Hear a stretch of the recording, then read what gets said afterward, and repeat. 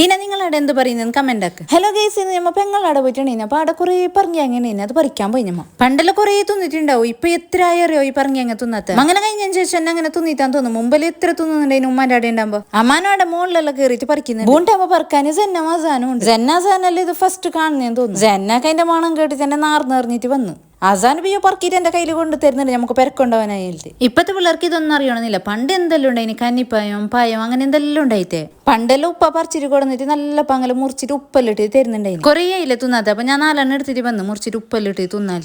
പിന്നെ ഒരു കാര്യോ, എന്റെ മാപ്പിളിന്റെ അവിടെ ഇതിനെ പറങ്ങാങ്ങയൊന്നും കൊട്ടയൊന്നും പറയല്, എന്റെ ഉമ്മാന്റെ അവിടെ പായവും പറങ്ങട്ടെന്ന് പറയല്. അപ്പൊ നിങ്ങളുടെ ഇതിന് എന്ത് പറയുന്നതെന്ന് കമന്റ് ആക്ക്. എത്ര വെറൈറ്റി പേരുണ്ട് ഇതിലേക്ക് നോക്കാം. ഞാൻ എന്നിട്ട് എല്ലാം മുറിച്ചിട്ട് നല്ല പങ്കലയിൽ ഉപ്പെല്ലിട്ടു. എന്നിട്ട് ഞാനും ആസാനും മാത്രം തിന്നത്, വേറെ ആർക്കും വേണ്ടാലോ. ആസാന് 2 കഷ്ണം തിന്നത്. എന്നിട്ട് പാങ്ങില്ല പാണ്ടറിഞ്ഞിട്ട് പോയി. ഞാൻ കുറേ തിന്നി. പണ്ടത്തെ ഓർമ്മ ഒന്ന് പുതുക്കിയെടുത്ത പോലെ. അപ്പൊ ഇതിന്റെ വെറൈറ്റി പേര് കമന്റ് ആക്കാൻ മറക്കണ്ട. ഇഷ്ടപ്പെട്ടാൽ ഫോളോ ആക്കി കൂടെ കൂടിക്കോ. Okay, by.